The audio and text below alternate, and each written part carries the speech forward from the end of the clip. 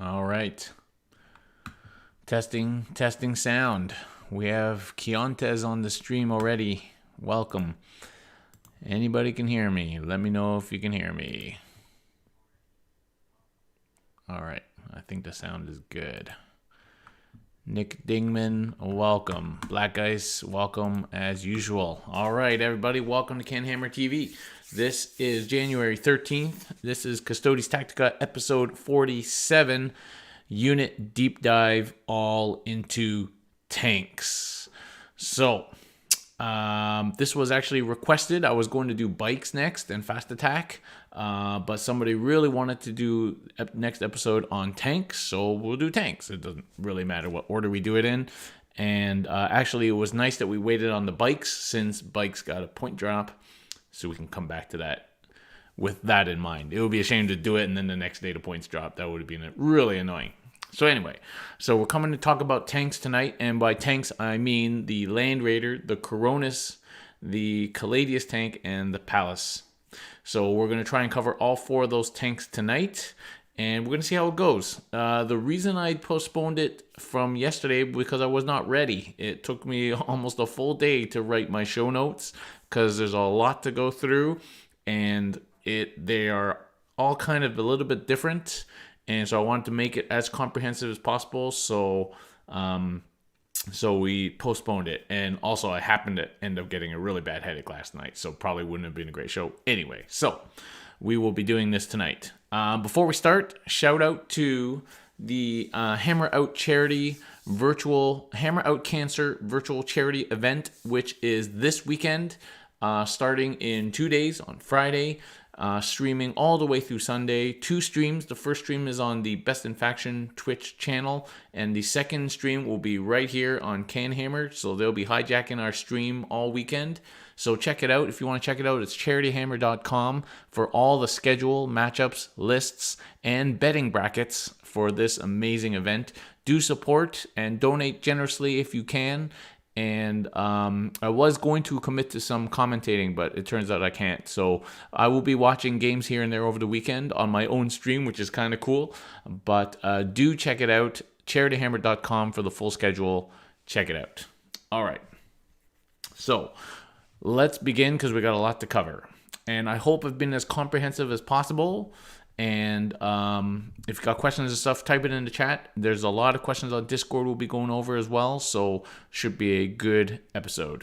Okay, so tanks have an interesting place in our game right now. When they were previewing ninth for like 2 or 3 months, they kept talking about how tanks are better. So how were tanks better? So they gave them buffs, no more heavy penalty for shooting, being able to shoot into combat. Blast rules were pretty much heavily tank focused, and all that was supposed to bring this new tank meta into 9th edition, and everybody was like, tank meta, make sure you get ready for tank meta. And 2 things happened. First of all, COVID happened, or was already happening, so a big meta never did appear, any meta. And then as the game started to come out and was played, and some updates happened in Marines, that tank meta kind of took a back seat. So first of all, the tables were smaller, a lot of line of sight blocking terrain, obscuring rule. The bring it down secondary was quite punishing for heavy tank armies. And the rebirth, Phoenix regrowth of Melta really put a damper on tank armies. And that includes Marines and Sisters. And then things like Harlequins. And so that tank meta never really appeared. And in fact, it was kind of punishing to take a lot of tanks as you give up easy secondaries. And in the same way, we did not see a lot of tanks, although we had a little bit of time to play around with things like Land Raiders and things like that. So now, with the new change to the Bring It Down secondary, will we see tanks coming back? Many people think so. The soothsaying websites and review sites have all said, oh, get ready for a return of tank meta or tank meta. We'll see. Again, COVID is affecting everything right now, but in places where people can play, we'll see if tank meta becomes a thing. tank or monster meta, I guess. So, our tanks kind of fell a little bit in ninth with the loss of the advantages of fly, falling back and shooting. 3 out of these 4 tanks we're talking about being flying tanks, so they had that versatility of being able to go into combat or get tied up, fly out, and still shoot. So that gave them a hit. The rise of Eradicators and Melta and Sisters in general, our tanks not being particularly hard to kill, they took a hit. And there were not a lot of heavy mech list archetypes other than people running Ares and Orions. And we're not talking about Ares or Orions tonight. And this is definitely a far cry from the crazy summer halcyon days of the triple Caladius when everybody was freaking running triple Caladius. So definitely we're not back to those days. But we have started to see the Palace tank sneak into people's lists, people having good success with one or multiple Palace tanks. I see the odd Caladius sneak into lists here, and there are still the odd Land Raiders languishing around. So can our tanks play a role in our armies these days? And that's what we're trying to answer. So, all right. If we get time at the end, we might talk about the Null Maiden Rhino, but if not, that was going to go into an episode on Sisters. All right. Okay, so first thing we're going to talk about, as normal, is modeling. Okay, so first thing is the Land Raider. The Land Raider is easy. It is a GW model. All right, just a Land Raider kit, and make sure you put the ones with the las cannons and the heavy bolter on. That's it. It's just a plastic GW kit. Probably most people, if you've been playing long enough, have one or more Land Raiders lying around because it's a really cool tank that everybody bought back then.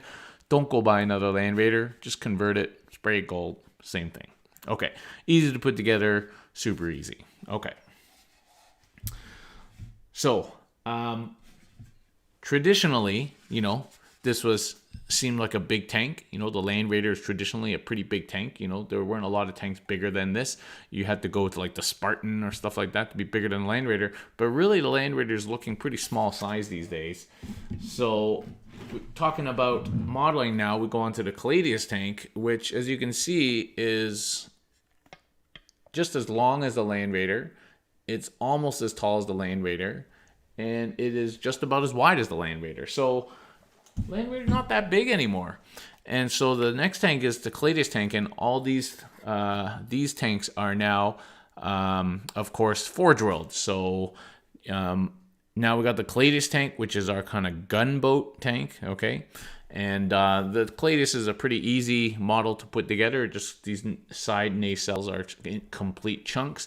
The middle piece is like one complete chunk. The turret is a chunk that comes in multiple pieces, and then you got this back engine bit, and that's it. Then you got these little floating kind of hover pieces that just go on and are easy to lose, and then you got the base. So it's fairly easy to put together. I have no particular problems with it. It's easy to put together. They come nicely molded for the large part. What I would say though is don't glue the turret on, okay?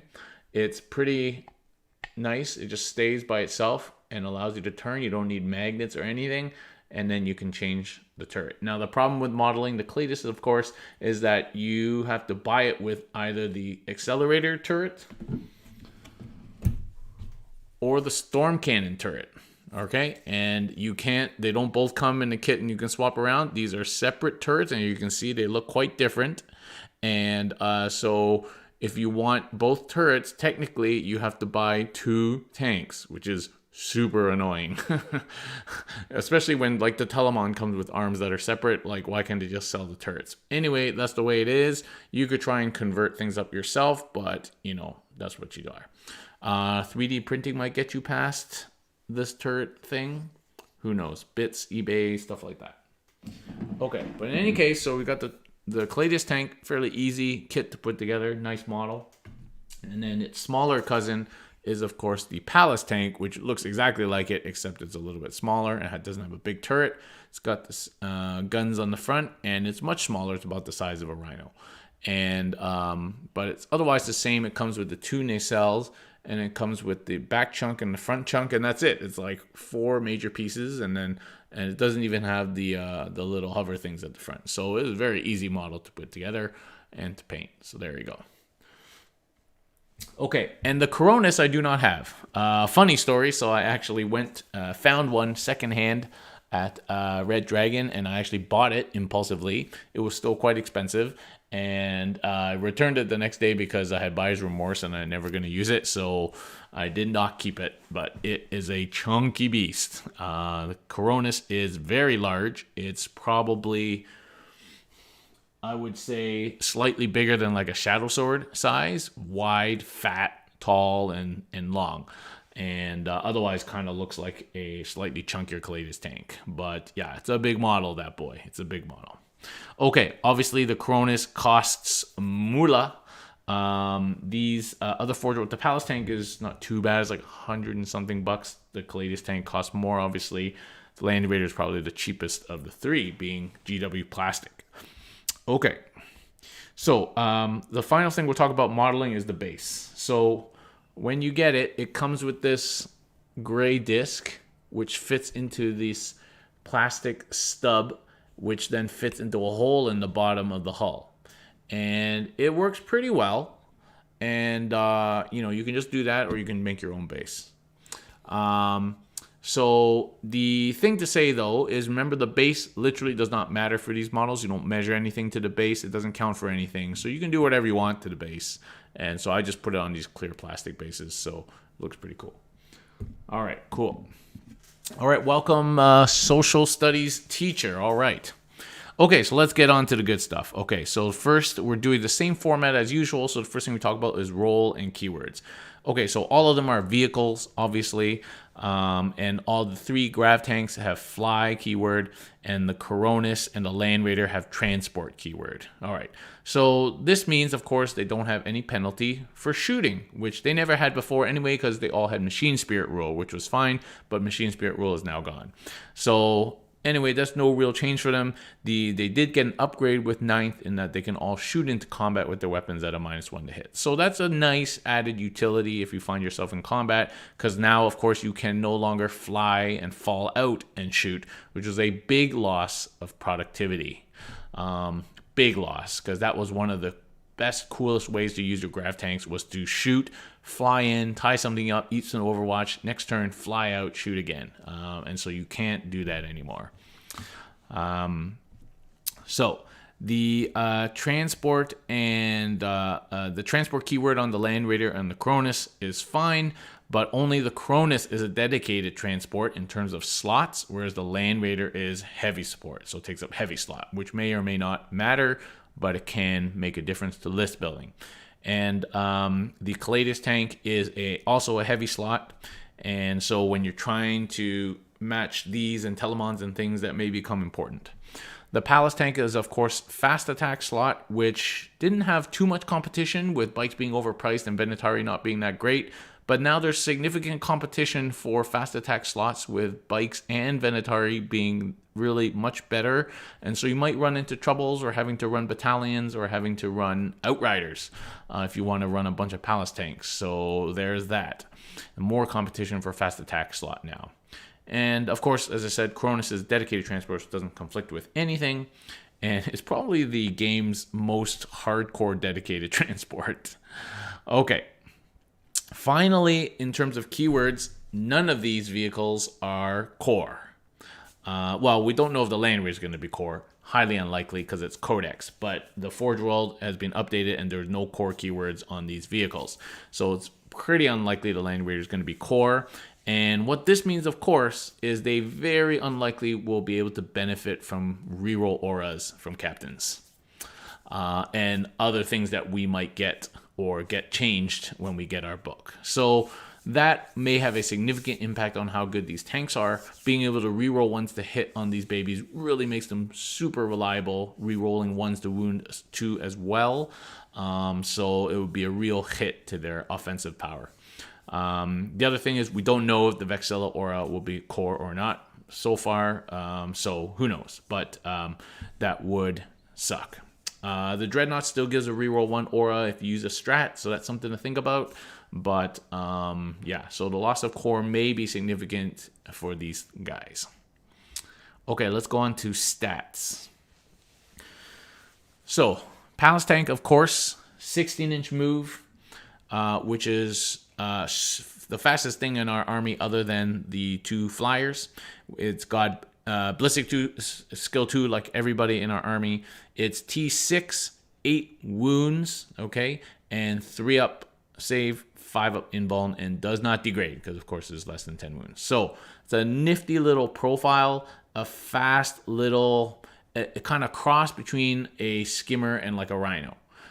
So it's faster than a rhino. It flies. It's not quite as tough as a rhino, but it's probably a little bit tougher than a skimmer. And that 5 up invuln really does make a difference that none of those other vehicles has, as you see later on. And we'll talk about the shooting in a bit. The Custodes tank is much more like a Predator. So it's T7, 14 wounds. Also fly. Ooh, looks a bit better with the turret on there. Also fly. And moves 14 inches. Of course, shoots quite accurately. Ballistic skill 2, like all Custodes. And has, again, 3 up, 5 up invuln. So it has a little bit extra toughness than things like a Predator or a Rhino because of the invuln. And, of course, it does degrade, losing movement, ballistic skill, and attacks. Who cares? Movement and ballistic skill degrades. But the movement and ballistic skill are so good already, you're really getting into bottom tier before you really start to notice those restrictions. So if you start better, you end up better after degrading. So that's the Custodes tank. The Custodes tank moves basically as like a Custodes. It's 14 inches, ballistic skill 2, but it is T8 and 18 wounds. And 3 up, 5 up again, and also degrades. So the problem with the Custodes, even though it's the hardest to kill, T8, 18 wounds, it cannot benefit from the obscuring rule because it is 18 wounds. If it was 16 wounds like the Land Raider, it would be probably a lot better. And it's a big daddy, so you know. I agree. You probably need a pretty big obscuring thing anyway to cover it up for it to benefit completely, but it's long, so you could still get it. So anyway, it's something to think about. So and the Land Raider, of course, moves 10 inches only. It does not fly. It is T8, 16 wounds, 2 up save, but no invuln, 6 up feel no pain for what it's worth. And of course, it got smoke launchers for a one-time -1 to hit, which can be quite nifty. So comparing these 4 tanks, the Palace is obviously the fastest by 2 inches and fly. The Land Raider is the slowest and does not fly, so that's a big consideration, especially with heavy dense tables. They all shoot the same in terms of accuracy. The Palace does not degrade, but is the easiest to kill by far. And the Land Raider has no invuln, but still gets a 6 up against Melta, and whereas the others have 5 up against Melta. So, that's a deal. And the Custodes is probably the hardest to kill just because it has 2 more wounds than the Land Raider with a 5 up invuln, but cannot be obscured. So they're all just slightly different, which makes it more difficult to compare them, but makes it interesting decisions. Okay. So I think, you can't really compare the Custodes to the Palace. There's different vehicles. You can't really compare the Custodes to the Land Raider. Probably the only real true comparison is the Land Raider to the Custodes, because they're both T8. They both are transports, but they're very different tanks. And so when we're going to do that comparison later, but that's really the only 2 that is really easy to compare. Okay, the Custodes is basically a fast-moving gun platform, and the Palace is really more about fast-moving board control, objective grabbing, and general harassment with some bonus shooting. These are kind of, if you think of these tanks in that way, so 2 transports, 1 gunboat, and 1 kind of sort of mission-playing board control vehicle, that will give you a good idea of what you're looking at. Okay, shooting. Black Ice, yes. The Wisdom of Ancients reroll affects all Custodes units. Okay, shooting. So basically, if you boil down to shooting, it's 3 main weapons. Okay, there is las cannons.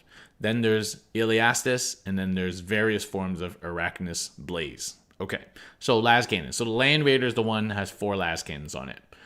Las cannons are okay. Long range, 48 inches, which is plenty in today's game. Strength 9, so that's a good strength. Minus 3 AP. The D6 damage is what really does it for it. And we already see how much better Melta is by boosting D6 damage. And so las cannons need a little bit help. Maybe. And so obviously las cannons are okay. You want to get 4 shots. And you're pretty much going to have to use Architect munitions if you want to guarantee any kind of outcome. So that's a sinking a CP into your Land Raider to increase its efficiency in shooting. The Iliasis Accelerator is on the Caladius. The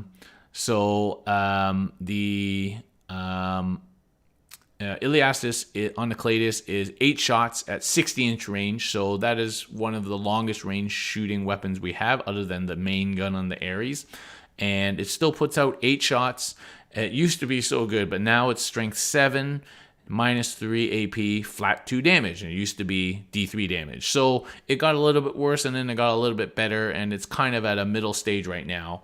I mean, it's still very good long-range shooting, right? You're not taking out vehicles like you used to, because you're wounding T7 on only 4s, you're wounding T8s on 5s. So you're not taking those things out like you used to, but you will do a lot of chip damage to most things with minus 3 AP, flat 2 damage. And you will definitely love to kill infantry, heavier infantry with this gun. In fact, it's probably better at that than shooting vehicles, whereas it used to be good at everything in those heyday of the Caladius. So it's still very good for heavy infantry, stuff like that, killing speeders and little vehicles, palace tanks. So still very good for those kinds of things. But it's just not as good against vehicles anymore. And I don't know, if you're shooting a Caladius tank into a bunch of Death Guard now with minus 1 damage, I mean, that's going to feel pretty bad for those points.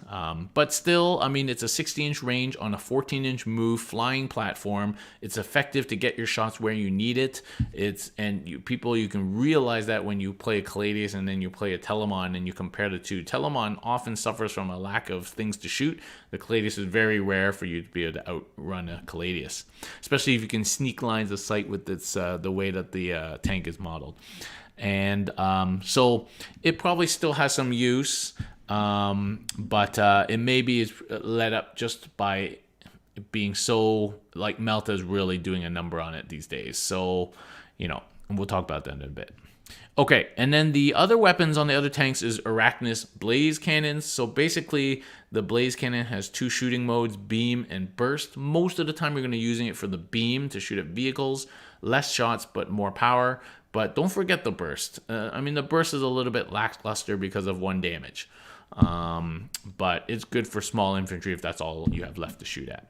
So basically, the Pallas and the Cronus have the smaller Blaze Cannon, and this is 36-inch range, 2 shots, strength 7, which is kind of sucky, minus 4, 3 damage, reroll wounds against vehicles. So this is pretty good to chip some damage off of vehicles, but the strength 7 does let it down a little bit. The reroll wounds helps a little bit against that, but super nice AP, and the flat 3 is super nice.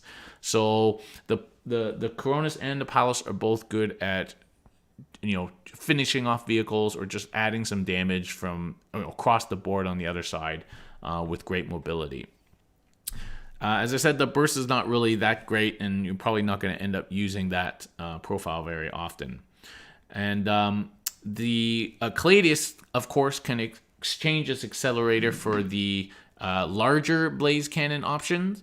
And so this is still only 2 shots, of course, which is really what does the Blaze in. If it could have 2d3 or just flat 4 shots, it would be, twice as good, but it would be so much more useful if it just had a couple more shots. And when I used to play the Caladius a lot and was trialing the Blaze like a charity hammer last year, I always felt like I needed more shots to make it worth it.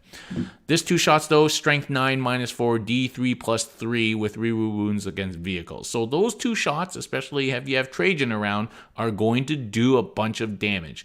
But it always just comes up a bit short, even from killing like a 10 wound model, right? So if you get your 2 shots through, you're doing 6 plus 2d3. The odds are you still might not kill that 10 wound rhino, which is really sucky for 200 something points. So Like even one more shot would be better. So, but if you're looking for vehicle killing, then it's probably still better than the Strength 7 Iliastus right now. But it kind of depends on who you're shooting at.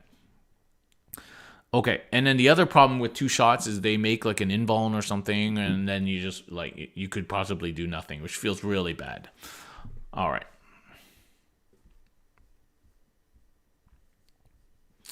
Okay. Thurgood, welcome. Dylan Hilton loves his Caladius, but he wishes it was 2-up save. Thurgood, welcome. Watching a year, I finally got him. He ordered Trajan, 15 Guardians, 12 Alars, 12 Bikes. Recommendations for what next? Well, Thurgood, watch the last episode, or the one before that, on what to buy, where to start. And there you go. Or maybe you'll be influenced by tonight. Who knows? Okay, so then there's other small arms fire. So the Land Raider has the Heavy Bolter. Of course, it's the new Heavy Bolter, so 6 shots at damage 2. That's I mean, we'll take it for the same points. It makes the Heavy Bolter much better. But there we go. And it's also you can add a Storm Bolter and a Hunter Killer Missile there. In terms of the other guns, so of course the Caladius has the Lastrum bolt cannons, and that's a pretty decent gun for free basically. So 6 shots, 6 -2, 1 damage. Obviously it's good for pinging off wounds, that 1 wound left, or for pinging off small infantry. So, for a gun that you can shoot at another target, it's kind of useful. But that's where all the kind of small arms fire is. Don't forget to take your Hunter Killers. If you got 5 points left over, don't throw the odd Miz on. Just take a Hunter Killer on your Land Raider, and don't forget to use it, which I always do. Okay, so overall, the shooting from our tanks is okay, but it's been toned down a lot since the old days.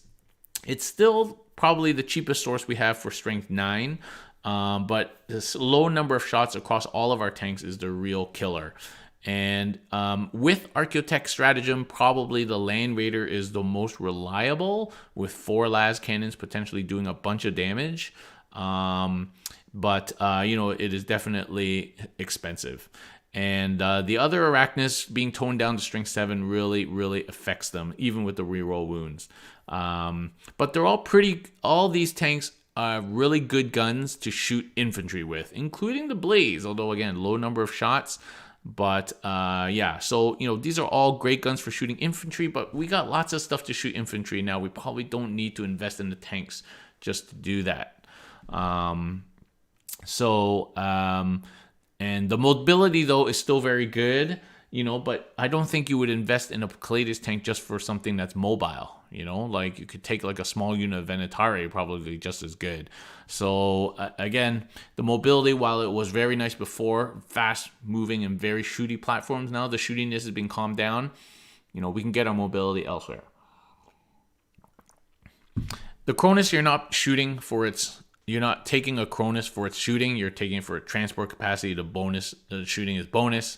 Same with the Palace tank. You're taking a Palace for mobility and objective grabbing, getting secondaries, tying things up with the odd shooting thrown in as a bonus. So again, pure shooting wise, if you want a gunboat, probably still the Caladius is the best. But if you want to add in some transport capacity, a tougher model, then probably the Land Raider, actually. But really, I probably wouldn't pick any of those. And if you're going to pick a vehicle just for shooting, I don't think we need to rely on our tanks for shooting anymore. All right, let's see what's happening in the chat. Protoculture, welcome. How are auxiliary tanks compared to real good tanks like Manticores? Well, we'll talk about that in the comparables section. There's a meme floating around tank commanders. Anti-tank, I'm thinking Aquilons are probably better. Considering dick bikes and anti-tank, use heavy dread. Yeah, so that's what I'm saying. So the end result of all this discussion on shooting is that probably the shooting is not as good as some of the shooting or other ways we have to deal with armor now. So, yeah.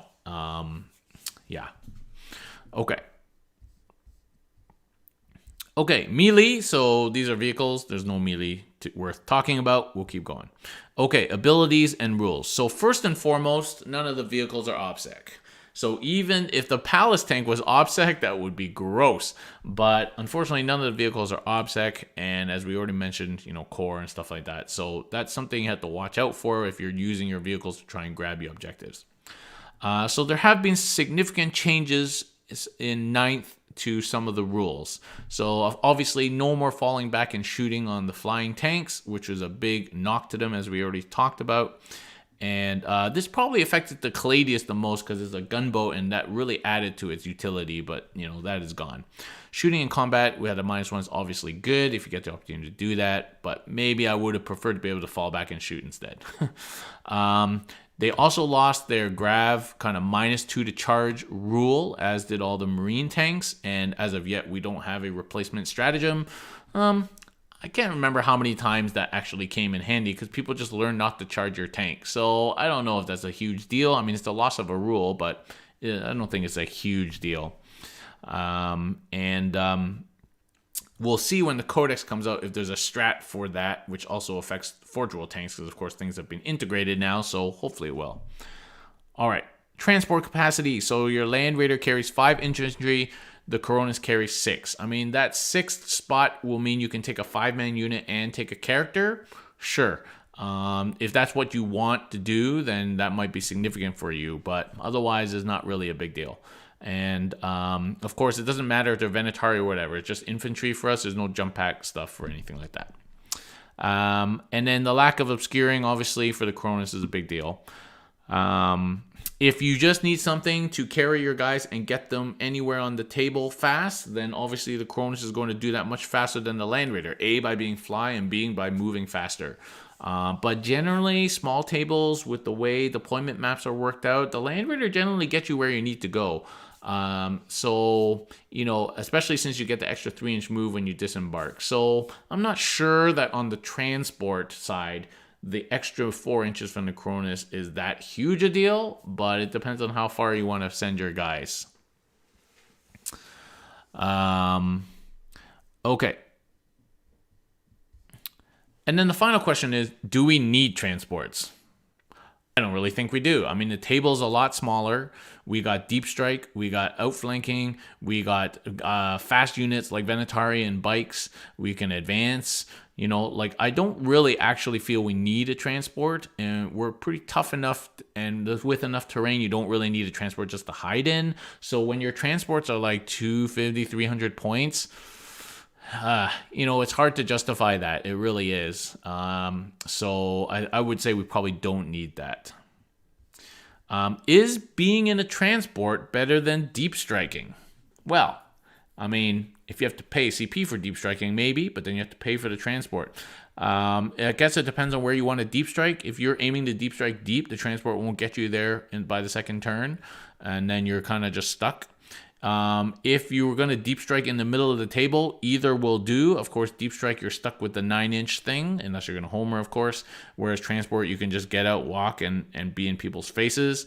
What really sucks is if your transport is destroyed and you lose one or more guys, 80, 85 point models, because your transport died. That really sucks. And so in that way, probably deep striking is more safe.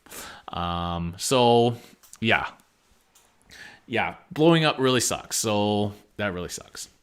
Okay, not to mention if it does mortals and shit to everything around it too. Okay. So those are the rules. Not a lot of extra rules on our tanks.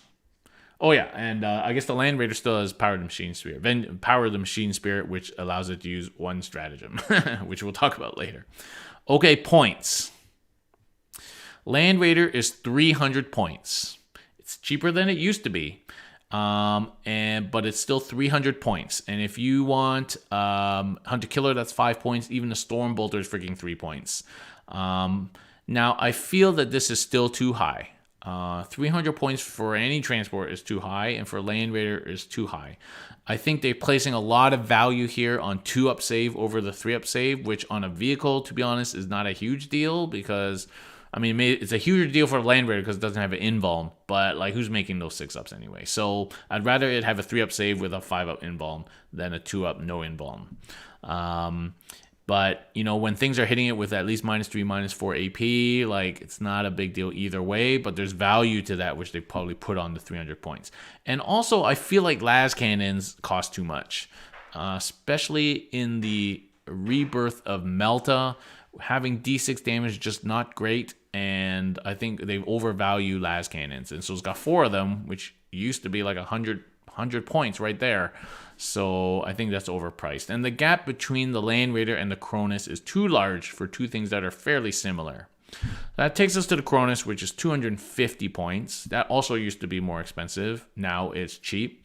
I think actually for a flying 14-inch T8, 18 wound transport with okay shooting and 6 guys in it, actually 250 is probably okay. It's fair.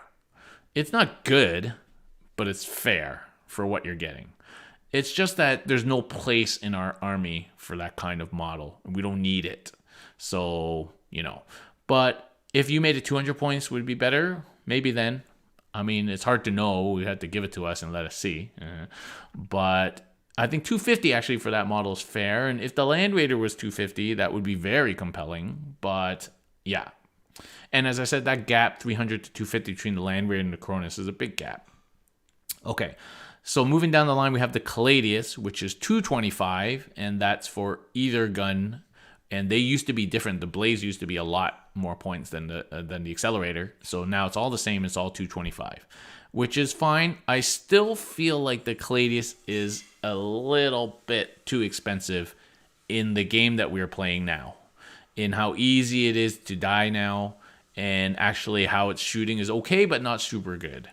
And I feel like 225 is a bit too much. Edging towards 200 would be a little bit more palatable.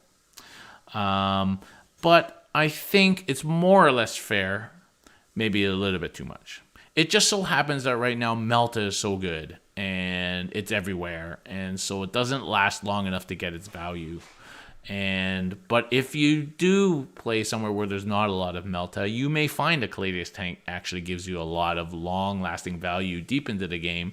And in the old days, before Melta became crazy, the Custodes tank would last the whole time because it would sit at the back for the first 2 or 3 turns and then move its way up and start sitting on objectives and shooting. And then by that time, your opponent's army didn't have anything that could deal with it anymore, and so it would just rule the roost. So if you play in that kind of meta, then that's cool. But if you play where there's a lot of Eradicators and Sisters and stuff, you're just not going to get that value from it. Palace Tank is 95 points, and it used to be more. I think it was 105 or 110 at some point. And that is a real steal. Sub 100. Actually, one of our cheapest units. And it is tough enough for what it needs to do. Basically a slightly tougher skimmer. It's basically a skimmer but with an invuln, which is very good. It's super fast. It is small enough to be hideable, and it has surprisingly effective shooting.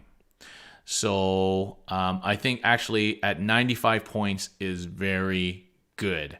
Now if you compare that to the Rhino, our no maiden Rhino 75, Marine Rhinos are 80, you should get a lot of value for that extra 10 to 15 points. So I think actually, considering our army is full of very expensive stuff, the Palace Tank is possibly a steal at 95 points. Okay, so now we're coming to the comparables section. Okay, so already people have asked, how does it compare to, Manticores and all this stuff? So I could not compare them to every single vehicle in the game. I already did way more than I normally do, and I could not compare it to every single thing out there. So I'm sorry, but you can certainly draw your own comparisons. I've tried to compare it to marine vehicles because we see a lot of those, and tried to compare it to some other vehicles, but the episode would be too long if we're trying to compare it to all 4 to every single vehicle that each one could compare to. So I've just drawn a few comparisons. Let's see what we get. Okay. So Land Raider versus Marine Land Raider. Okay, direct comparison. Our Venerable, so I keep forgetting it's a Venerable Land Raider versus a normal Land Raider. So they're basically the same stat-wise. The only difference is ours hits on 2s, and ours is a 6 up Feel No Pain. Okay, ours is 300 points. Marine ones are 285. So that's probably worth an extra 15 points, just the ballistic skill 2, because that also means when it degrades, it stays better for longer. 6 up Final Pain, whatever. But just for the 2 up ballistic skill, it worth 15 points, maybe. And for sure, hitting on 3s is garbage. We all know hitting on 3s is for scrubs. And so degrading down to 4s is definitely for scrubs. So, that's probably worth 15 points. However, Marines get lots of juicy rules. Now, I can't remember the last time I've seen the Land Raider in a Marine army, but, this is a direct comparison to basically the same tank in another faction. Okay, Land Raider versus the Repulsor. Okay, so the Repulsor is a transport. It's T8, and it is definitely cheaper than a Repulsor. I mean, the Repulsors are 315 in its lowest, not very shooty form, to 355 for the Executioner, and so that is a chunk of points more than our Land Raider. And the Executioner arguably shoots better than the Land Raider, especially when you add Marine rules to it, but not by a huge amount, not by 55 points more. And they're basically equally hard to kill. And our guys hit on 2s, and they have 2 up save, and the Repulsor's only 3 up save. So, it compares well to the Repulsor, and maybe that's why we don't really see any Repulsors anymore, because they were so popular at one point, and now they've been nerfed a little bit. So it compares well to the Repulsor, actually. Okay, let's compare the... so we've already compared the Cronus to the Land Raider, okay? Let's compare the Coronis to these other transports. Well, again, it's a pretty similar comparison of the Land Raider to these Marine transports, and actually compares better because it's harder to kill than all those, with more wounds. It's got the invuln, and it hits on 2s. Shooting is okay, not really worried too much about shooting, and it moves fast. And it's way less points than any of the Repulsors and those Land Raiders. So it actually compares well with those things if you were using those Marine things for transports, which often you were not. Well, you had the option to, but they were really more gunboats. So it compares well. It's way easier to hide a Repulsor than it is to hide a Cronus. So there's that as well. Okay, let's compare the Custodes. Okay, and I think this is where people get salty. It was the 225 points was fine when our gun was super strong, and then our gun came down, and our points never really came down that much, and a bunch of other stuff came out since then. Okay, so Custodes versus Predator variants. Okay, so the Predator, there are variants now of the Predator. And so the Custodes is 225 points, and the Predators all range from 140 to 150 points. So quite a bit cheaper, 70, 80 points cheaper. It compares well, though. So, these are T7 gun platforms. The Custodes flies. It moves a lot faster. Its ballistic skill 2 has an invuln and a few more wounds. But there's a big points difference. But that's what you're paying for, basically. You're paying for all those aspects. And I'd say the guns are probably better, too, in general, because you also get the Lastrum bolt cannon. It's generally better than the Predator guns. So, is the Custodes that much better, 70 to 80 points better? I would say probably. I mean, the Predator is actually not very expensive, but just Marines have so many options. We haven't seen people playing Predators, and certainly not the new variants. So, but I think the Custodes compares pretty well. It's way more expensive, but you get a lot for those points. So there's a new tank. I'm not even sure if it's out yet, but it's called the Gladiator, which is basically a flying repulsor Predator. And so these are the new thing. And so the Custodes is 225 points, and the Gladiator variants are 200 to 250 points. So the Custodes is right in the middle of the Gladiator range, and I think there's 3 or 4 Gladiator variants, going from small arms fire, infantry fire, to like heavy, vehicle firepower. And this is probably a better comparison to the land-based Predators, because basically similar points. And they all fly, and but the key here is, so these Gladiators are T8, instead of T7. They only move 10 inches instead of 14. And of course, Marine Ballistic Skill 3 and no invuln on a 3-up save. So you give and take there. And so it's a really actually a compelling comparison. And I wonder if we're going to see, I don't even know if it's out yet. We'll see Gladiators maybe.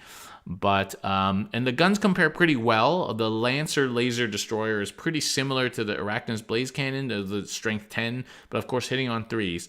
And the most expensive Gladiator variant has multi-melta and 2 last cannons for the 250. So I think the Custodes compares well to these tanks, and so maybe we're not going to see the Gladiators because it's kind of like Marine players probably feel like it's overpriced. But it compares well to these Gladiators. Okay, do you think the tanks would be a bit too pushed if they had 2+ armor and 4-up? Yeah, I think they would be unlikely to get 4-up invuln. GW scaled the Impulsor back, and I don't think they like vehicles having 4-up invulns. So yeah, 2-up save, 5-up invuln. Sure, I mean that helps a little bit against Melta, but yeah, I think they would have done it in this update if they wanted to. Okay, Custodes versus the Repulsor. So no transport capacity, but lots of shooting. The Repulsor is way more expensive. So actually, I think we compare well to Repulsors. So people want to compare the Custodes to like Scorpius tanks, tank commanders, stuff like that.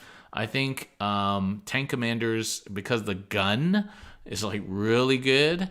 But they're still pretty mobile, especially with Talarn shenanigans, even without the fly. And they are T8, no invuln, of course. So I think, and I don't know how much tank commanders are, but I think they're cheaper than 225. So I think tank commanders are better. But of course, they don't hit on 2s. And then Scorpius tanks, again, it's hard to compare that. I think it's cheaper, a lot cheaper than, like, the Scorpius tank is way underpriced, and it still is maybe a little bit. It's way cheaper than the Custodes. It's really hard to compare the Custodes to Scorpius tank. It's kind of unfair on the Custodes, plus the out of line of sight business, and then all the AdMech rules. So, yeah, it's hard to compare the Custodes to the Scorpius tank. And that's why so I didn't compare our tanks to everything, because it's hard to compare some of these tanks because there are so many different varieties, right? So I tried to draw the most similar comparisons. Okay, let's compare the Palace tank to a bunch of small stuff.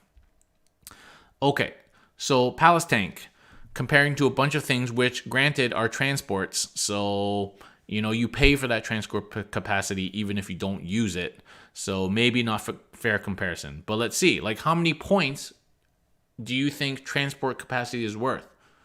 To carry 5 guys, how many points do you think that's worth? 25 points? 30 points? 50 points? I don't know.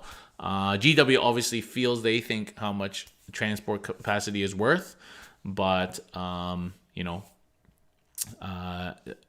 can certainly make your own decision.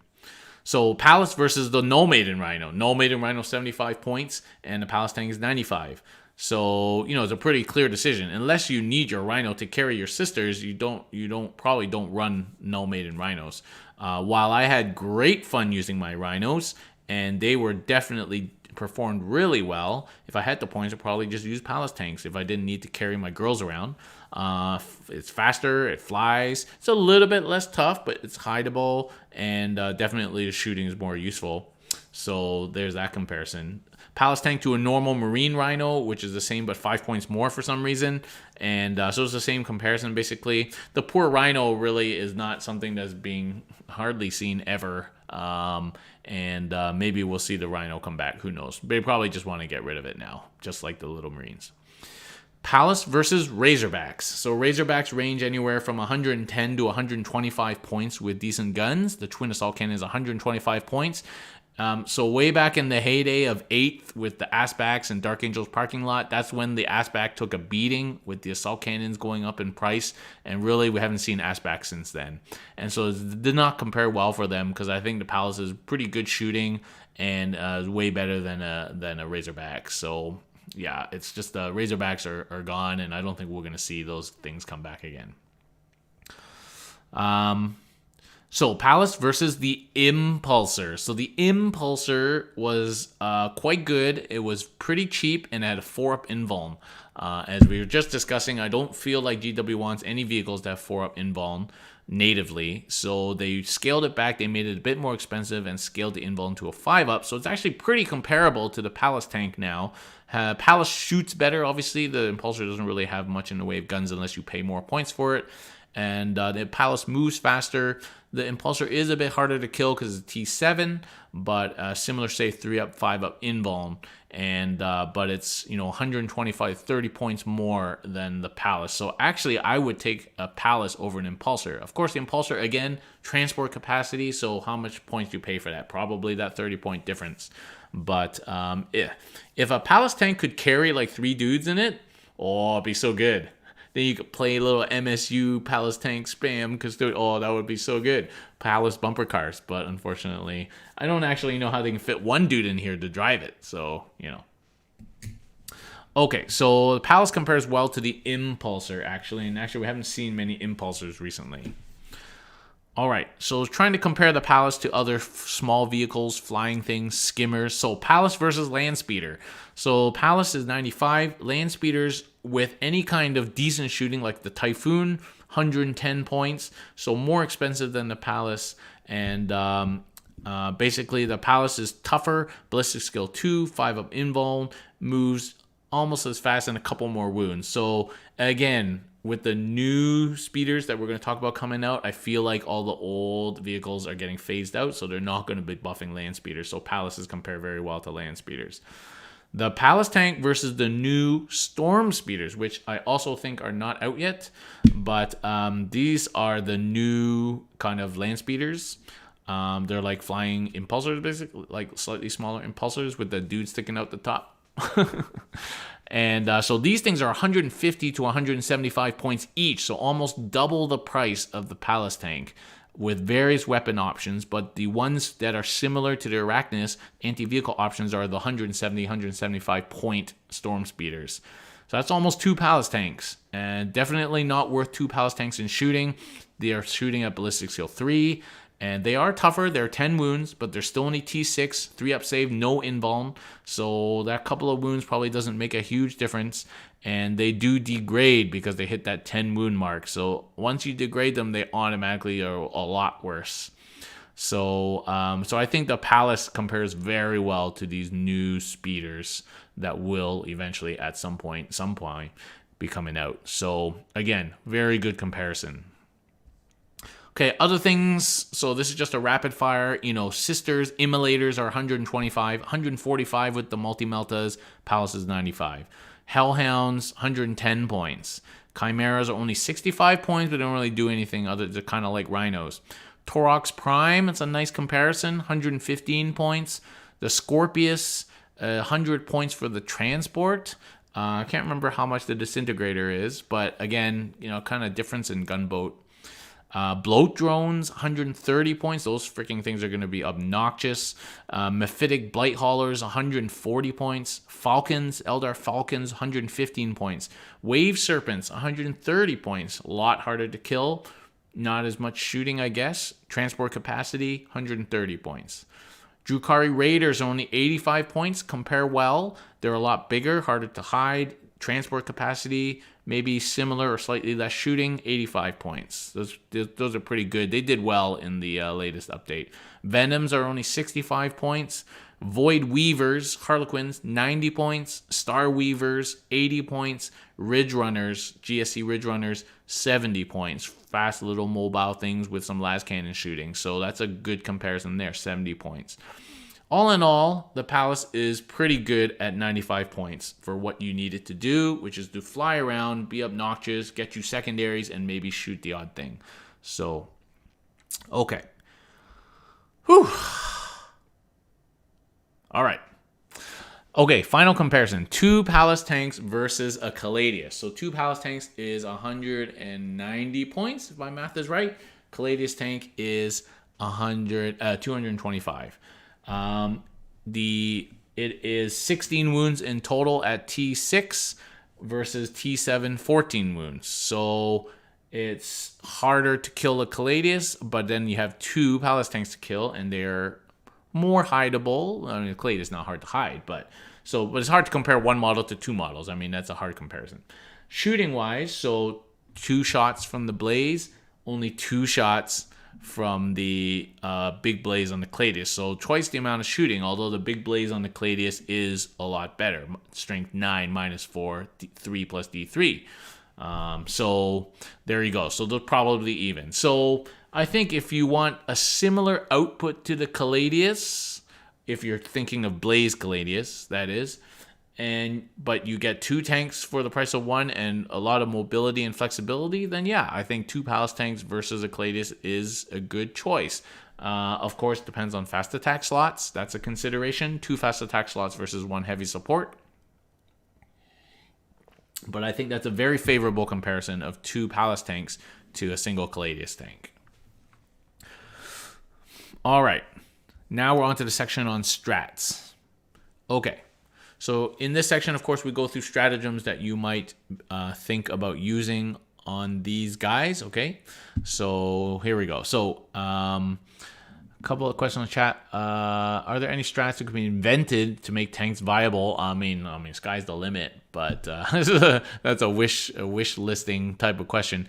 What do you think about wardens? So go back to the Elite Tactica when we talked about Terminators. I think that episode we talk about wardens. Unfortunately, there's not too much to talk about. Okay, Grim Responsibility is a super good strat for these tanks. Okay, -1 strength, so good when you're T6 to T8. Okay, at T8, Grim basically makes you very difficult to kill. Las cannons wounding on 4s, strength 8 weaponry wounding on 5s. That's Melta. And obviously, if something strength 10 or above, then you're kind of screwed. But there's not a lot of that in the game. So Grim on T8 is so good. Strength 5 wounding on 6s now, and there's a lot of strength 5 with decent AP and damage out there. So Grim so good. T7, now you're making Melta wound you on 4s, and strength 4 wounding on 6s. So T7 still a good breaking point for Grim. T6, so strength 7 now wounding on 4s, strength 6 wounding on 5s, and strength 4 wounding on 6s, which is an important one because people always feel tempted to throw their light firearm strength 4 weaponry at you, and now you're wounding on 6s. So that thing can keep the palace alive very long time. So Grim Responsibility, so good for all of our tanks. I think if you're playing a tank heavy list, you would be very hard pressed not to take Shadow Keepers for Grim Responsibility. Okay, Eagle Strike in Solar Watch. So this is the stratagem where you kill a character, then their next stratagem costs an extra CP. So given that we have fast flying, relatively shooty, high damage guns, you may find that sniping is occasionally possible. When 9th first came out and I thought everybody was not going to remember the new 3-inch character rule, that you would just sit a Custodes at the back and snipe out characters all day long with it. But basically, if you can snipe some characters, there's potential applications for this stratagem if you're running a bunch of tanks. But as I say, if you have to choose Solar Watch over Shadow Keepers for it, then I would not do that. Okay, Emperor's Hand, obviously applications for gunboats like the Custodes or the Land Raider. If you really need to be reliable, you can do Emperor's Hand. Network Machine Spirits is the strat that allows 2 or more Land Raiders to ignore hit modifiers. I think I have only ever used this strat 1 time or seen it used, and that was at Charity Hammer when I played that game everybody requested with like 2 or 3 Land Raiders trying to kill the Titan. I think I actually used that strat that time, which was fun. So Wisdom of the Ancients, as we talked about earlier, this is the strat that gives your Dreadnought a Captain aura, basically, but it affects all units, not just core so far. And so that would be a way of giving rerolls after the core thing if this doesn't get changed. But in the old days, when I used to hang Bertha at the back with 2 Custodes tanks and my captains and everything have gone to the front, I used to have Bertha just pop the reroll 1 aura for the little gun line at the back. So that was useful. Vengeance of the Machine Spirit recently FAQ'd to literally only just be usable by the Land Raiders. So 2 CP to pop off some las cannons, maybe not that useful. Probably it's still a bit too expensive at 2 CP. So Fortress of Willpower, little known fact, can be used from vehicles. Fortress of Willpower being the lets you deny on a 4-up. So you could have your vehicle deny a spell against them that's done on a 4-up. Just saying. Indomitable Engines, so quite a very useful stratagem for your vehicles to give them a 5-up against mortals. So that's a nice stratagem to not forget. Emperor's Old Spice, of course, you can use that if you really need to protect your vehicles. Blood Game Veterans can be used on vehicles, and generally not worth it because they don't shoot enough shots. Maybe the Custodes with the accelerator if you really need to be, you're desperate and you got a CP because it's just one model to really get some damage through. But so it's something you can use. Archaeotech Munitions, obviously changing your D6 las cannons into 2d6, choose the highest. That makes the las cannon damage way more reliable. Still not great like New Melta, but way more reliable. So I think if you're running Land Raiders and you want the Land Raider to shoot something, you got to reserve some CP to use with Archaeotech Munitions.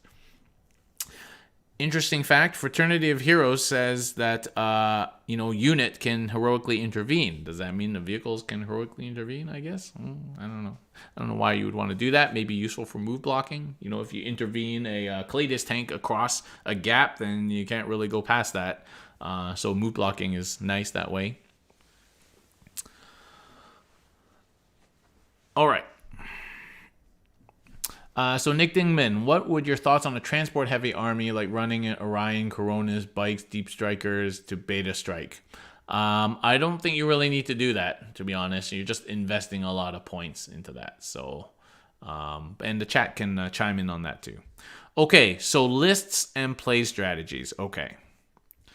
So there have been some heavy vehicle lists in the past, but we haven't seen a lot of those other than ones that use the Ares.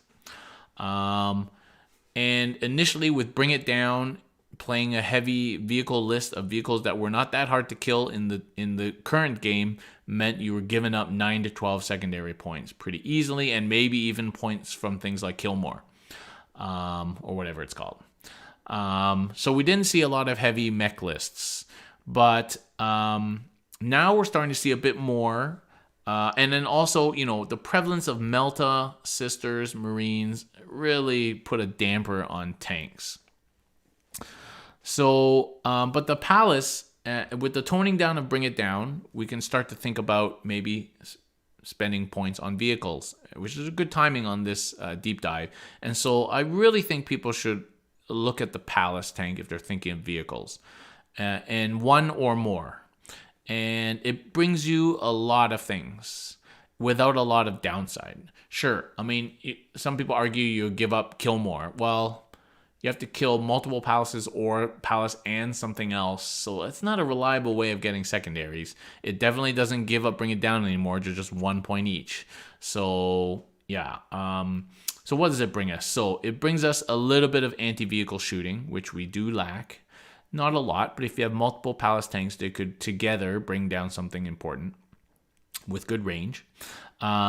They give us serious mobility, which unless you build for mobility, you will probably lack.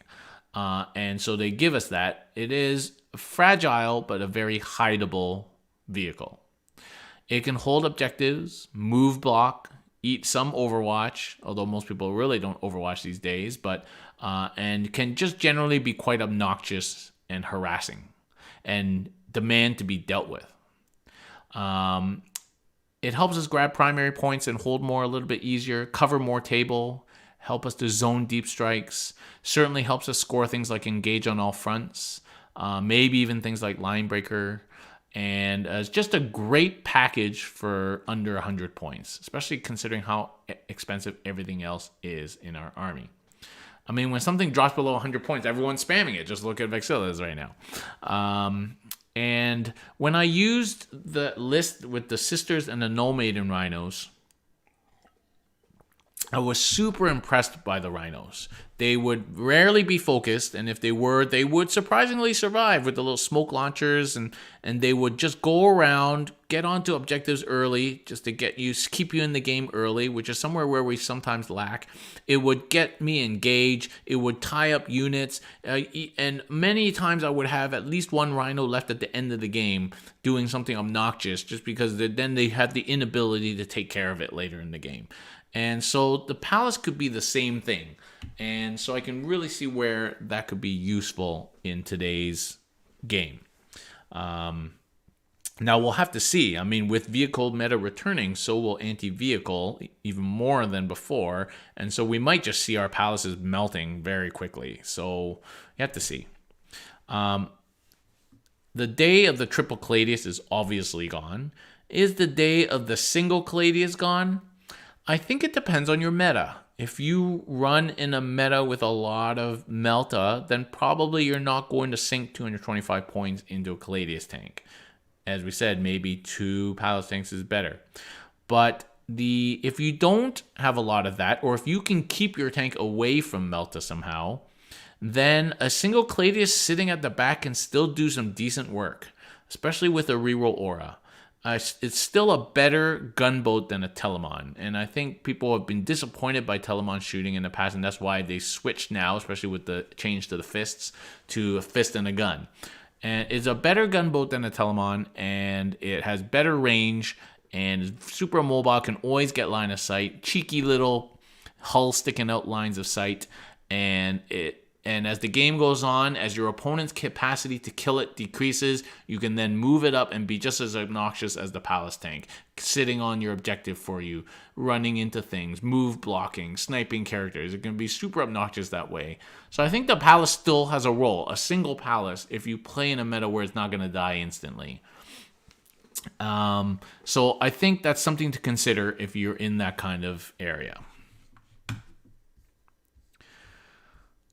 I don't think you should take a Land Raider or a Cronus tank for their shooting. Now, granted, a Land Raider with Archaeotech has decent anti-vehicle shooting with 4 las cannons, but it's too many points, and you're paying for transport capacity you don't need. Unless you need a transport, I don't think you should be taking a Land Raider or a Cronus for their firepower. Definitely not the Cronus. Because you get the same Cronus you get the same firepower from a Palace tank that you do from a Cronus. So let's just leave the Cronus out of it. But you don't take a Land Raider for its shooting. You take it if you want to use it as a transport, and then you have bonus shooting. So I think with the Land Raider, with bikes down to 85 points now, rocking Salvo, 3 or 4 bikers does a similar amount of firepower to a Land Raider. In fact, it's probably better because of rerolling wounds. So, and definitely bikers offer a lot that Land Raiders don't. So with the biker point decrease, I think definitely now you don't take a Land Raider for las cannons. So I think it's just priced out of viability right now with its 300 points and with the bikers coming down with Salvo. And if you really, really want to transport, I think actually then you consider the Land Raider over the Cronus, and unless you're tight on points. I think it's just the big model and the 18 wounds makes the Cronus too much of a liability, plus the fact you got to spend big bucks on a Cronus. It's probably not worth it. Everybody's got a Land Raider knocking around. If you're really thinking about trying out transports, just take one of your old Land Raiders and try it out. The few times I played with a Land Raider and used his transport capacity, I was not impressed really. Didn't really add that much to my army, and it just introduced the risk of losing people to exploding. So did not really find it that useful. Sean Stryker, is there any vehicle or dreadnought that makes a better escort for the Vexilla than the Telemon? Well, I guess like any vehicle to escort would be better. Telemon's pretty good because it can keep up. But yeah. Okay, so overall. Okay, so that's everything. Overall.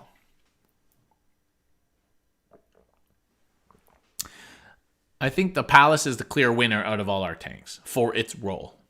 We've already gone over all the things it helps you do. And it compares very favorably across many factions to similar kinds of vehicles. I think if you were going to invest in tanks, I would buy Palace tanks, 1 to 3 of them. I only have 2, but I think that's the one to buy. And then if you were to buy another tank, maybe a single Custodes tank, and then cobble up the turrets. Would not buy a Land Raider. You can get them cheap secondhand, or you have them lying around. Don't go buy a new Land Raider kit. Oh God, no. And I cannot suggest anybody go buy a Cronus tank.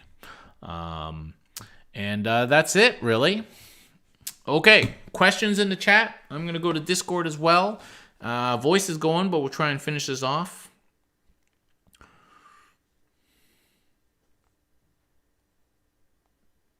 Okay.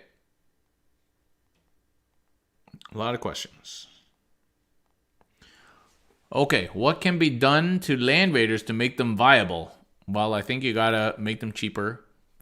And you gotta give us a reason to take them. I mean, like with salvo bikes, as I said, with salvo bikes coming down, I don't really think the Land Raiders viable anymore.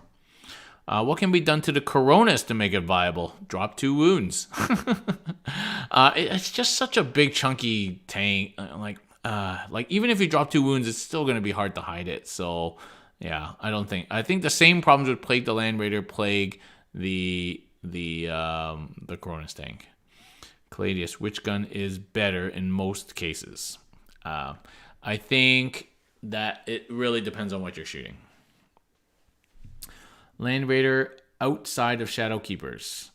Yeah, as I say, I think you have to think hard before you don't take Shadow Keepers. If you're playing heavy mech, if you're just playing a single Land Raider, then sure. But I mean,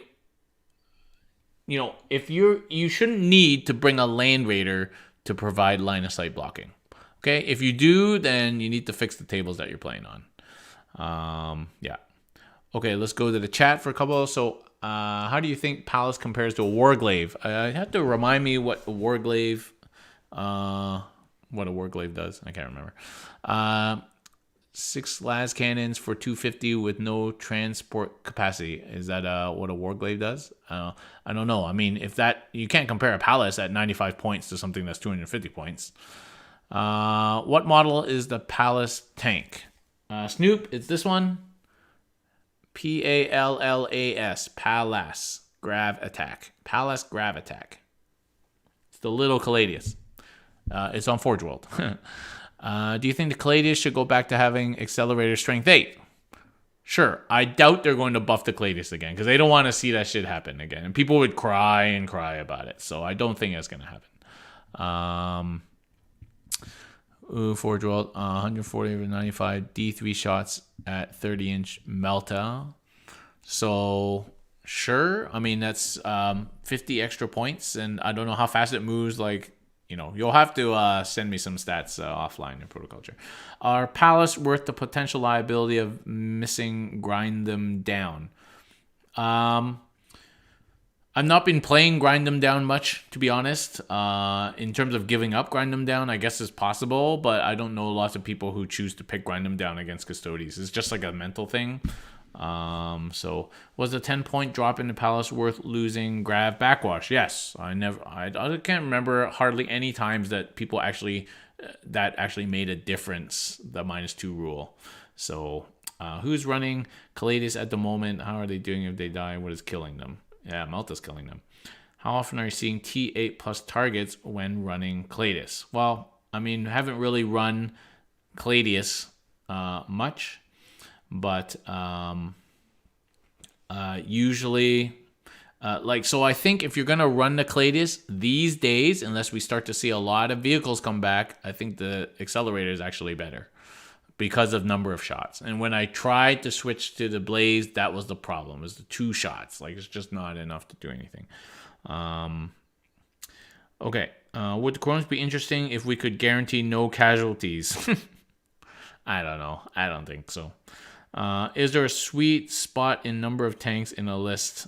I don't think I know the answer to that. I think I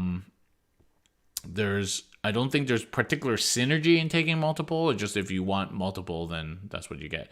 I feel like even a single palace tank could be very helpful in a list, especially if you got 100 points and nothing else to do with it. So that's a consideration. Do you keep a Vex backfield for the tanks or move it up? I mean, that depends on your list. It's hard to answer that question. I never used to. I used to keep a bubble for the first like 1, maybe 2 turns with the Vex and the rerolls, and then my army would move out and leave the tanks at the back. Because by the middle of the game, they probably don't need all those protections or the reroll auras anymore. Okay, are tanks even worth it at this point? Well, I think we've been talking about that all night. 1 or 2 don't seem to cut it. You need at least 3 plus to have some effect. Well, it depends on what you want them to do, right? Like, as we talked about tonight, you have to have expectations.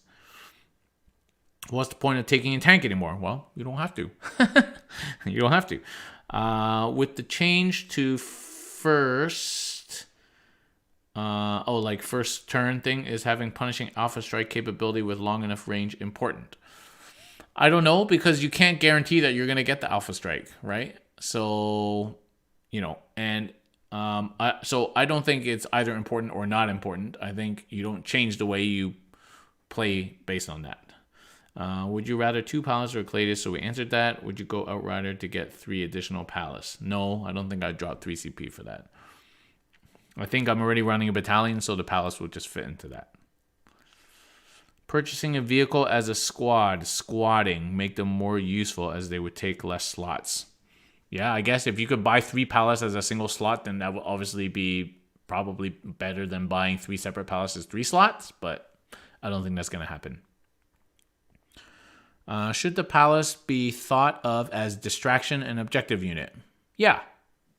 You just get it to do what you need it to do. Score secondaries, get objectives, deep strike screen, and you, with the understanding that it's probably going to die at some point.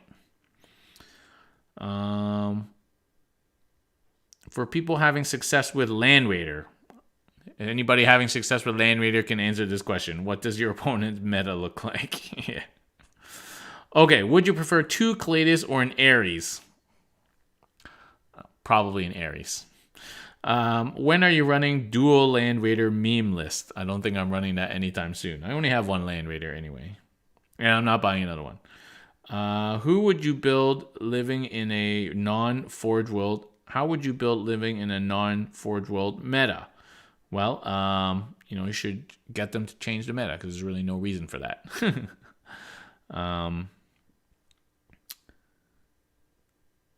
Okay, but we did talk about that in the Getting Started Tactica a couple of episodes ago, what to do if you're not having Forge world. Okay, best tactics for Venatari. That will be a future episode. All right, guys, my voice is going, so I'm going to have to cut the show off there. Thank you very much for watching. As always, guys, I really appreciate it. Thank you for supporting, following, subscribing. Thank you to our patrons, and thank you for the guys on the Discord for making it all enjoyable. Please consider joining the Discord there. Check out charityhammer.com for details for Hammer Out Cancer event starting on Friday night right here on the channel and on Best in Faction. So please support them, guys. It's a great event, and I will see everybody next, tomorrow night for a podcast. We're talking about the FAQ and points changes for the game. And then we'll see you guys next week.